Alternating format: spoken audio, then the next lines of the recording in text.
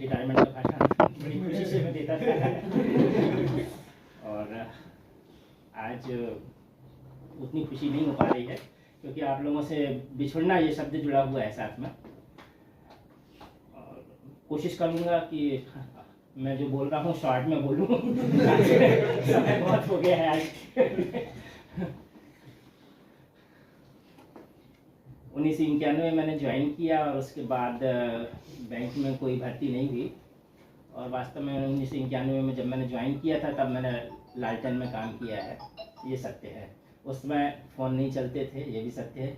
घर से चिट्ठियों से आना जाना होता था, मतलब बातें हो पाती थी, मतलब वो दौर रहा है साथ में। उसके बाद 91 में मेरी ज्वाइनिंग थी। उसके बाद नई भर्ती नहीं हुई। 2009-10 में पांडे साहब लोग आए और मुझे याद है कि उस बीच में हमारी शाखा में हमारे एरिया मैनेजर आए थे और कुछ छोटा सा काम करवाने के लिए वो सभी ब्रांचों में जा रहे थे, कंप्यूटर से संबंधित। उस समय कंप्यूटर शुरू हो गया था 2009 में। तो वो हमारे ब्रांच में आए और मैंने वो काम किसी दूसरी ब्रांचों से या आईटी एक्सपर्ट से पूछ के कर लिया था। तो वो अपने साथ वाले से बोलते हैं, मुझे पता था नए लड़के कर लेंगे काम। मतलब मैं 18 साल की नौकरी में भी उस समय नया लड़का कह रहा था। तो उस समय ये भर्ती ना होने की वजह से ये काफ़ी जनरेशन गैप बन गया था। और मैसेंजर के अलावा मुझे कोई सर कहने वाला नहीं था। काफ़ी दिनों तक मैं परेशान था इस चीज़ को। मेरा 5 साल मैंने रीवा की खटखरी शाखा में गुजारे। उसके बाद फिर 21 साल मैं सिंगरौली में रहा हूँ। सिंगरौली क्षेत्र में मेरे बहुत अच्छे अनुभव रहे हैं। और हम लोग ज़्यादातर बाहरी लोग थे और सपरिवार रहा करते थे, लगभग एक ही एज ग्रुप के थे। पिकनिक मनाने जाया करते थे और कोई पूरी ले आता था, कोई सब्जी ले आता था, कोई पुलाव ले आता था। अक्षय पार्क था वहाँ पे, तो हम लोग पार्क में जाया करते थे। तो कई बार ये घटना भी हो जाती थी कि कभी पूरी वाला आ गया और सब्जी नहीं आया, सब्जी वाला 4 बजे आया। तो ऐसे भी दिन हम लोगों को देखने पड़े या सब्जी वाले आ गए, पूरी 4 बजे आ रही है। इन सबको समाहित करते हुए समय काफ़ी अच्छा गुजरा। मैं चाहता हूँ कि हम सभी लोग जिस प्रकार से रह रहे हैं उसी प्रकार से एक परिवार की तरह रहें। क्योंकि मैं जब आया था शुरू में मैंने सब धीरे धीरे बैंक को अपनाया और बैंक धीरे धीरे मेरा दूसरा घर बन गया। और मैं चाहता हूं कि हम लोग ऐसे रहें कि one for all and all for one. एक व्यक्ति सबके लिए और सब व्यक्ति एक के लिए। यदि एक के ऊपर कोई मुसीबत आती है तो सभी लोग उस पर उसकी सहायता करेंगे। और हमारी पूरी संस्था के ऊपर कोई संकट आता है तो प्रत्येक व्यक्ति अपना सर्वस्व न्यौछावर करके उस संकट से उबरने के लिए, अपने बैंक को उबारने के लिए प्रयास करेगा। इसके अलावा मैं जहाँ तक हास्य की बात है, मुस्कुराने की बात है, तो उस चीज़ को मैं भी लेना चाह रहा हूँ कि आदमी को कितना भी टेंशन हो हमेशा मुस्कुराते रहना चाहिए। और काम का प्रेशर रहता है लेकिन टेंशन नहीं रहना चाहिए। दबाव रहेगा काम का लेकिन तनाव न लें। हम लोग कोशिश ये करें। क्या है कि हास्य और मुस्कुराना ये जीवन के लिए इतना आवश्यक तत्व है कि कहा जाता है कि प्रेम तो जानवर भी करते हैं, नाचता मोर भी है, बुलबुल से अच्छा कोई गा नहीं सकता, बया से अच्छा कोई घर नहीं बना सकता, और चींटी से ज़्यादा उत्साह किसी में नहीं पाया जाता है, और शेर से ज़्यादा साहस किसी में नज़र नहीं आता है। केवल हास्य ही वह तत्व है जो मनुष्य को अन्य प्राणियों से भिन्न बनाता है और केवल मनुष्य में पाया जाता है। 5 सेकंड की मुस्कान से हमारी फोटो अच्छी आ सकती है, तो निश्चित रूप से अगर हम हमेशा मुस्कुराते रहेंगे तो हमारा जीवन भी अच्छा हो सकता है।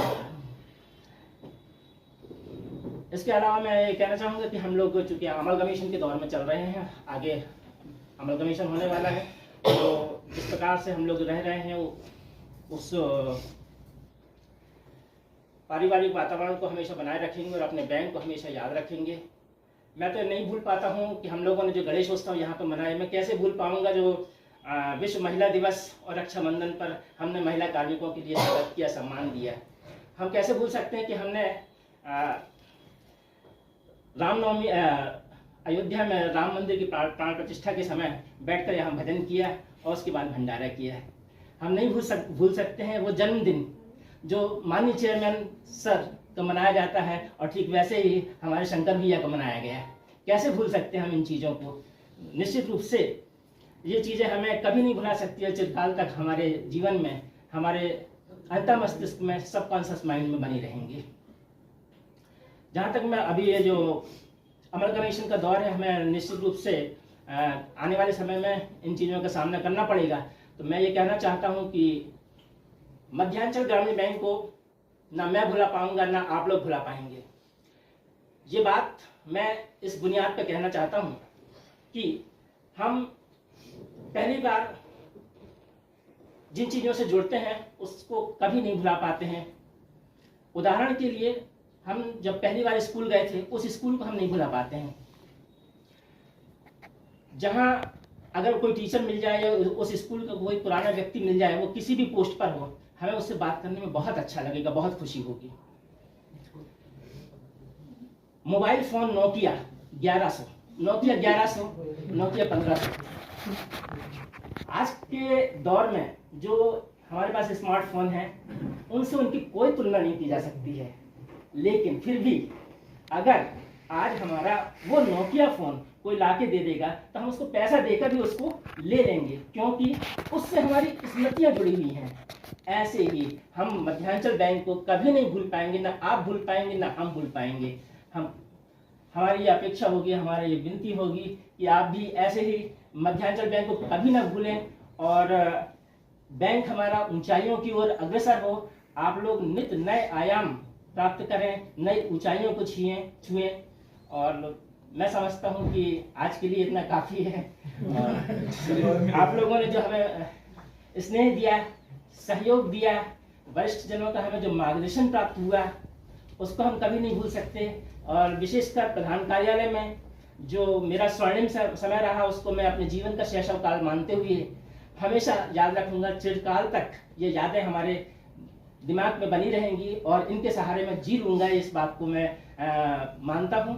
और साथ ही आप सभी को भी शुभकामनाएं देता हूँ, उन्नति के लिए कामना करता हूँ। आप सभी लोग, अभी कुछ प्रमोशंस भी होने वाले हैं, लोगों ने पढ़ाई भी की है और अच्छी मेहनत करें। जो प्रमोशन में पार्टिसिपेट कर रहे हैं, मंजिलें उन्हीं को मिलती हैं जिनके सपनों में जान होती है। और पंखों से कुछ नहीं होता, हौसलों से उड़ान होती है। और सपने वो होते हैं जो सोने नहीं देते। तो इसी प्रकार की मेहनत के साथ आप लोग आगे बढ़ें। बस मैं इतना ही कहना चाहूँगा। बहुत बहुत धन्यवाद सर।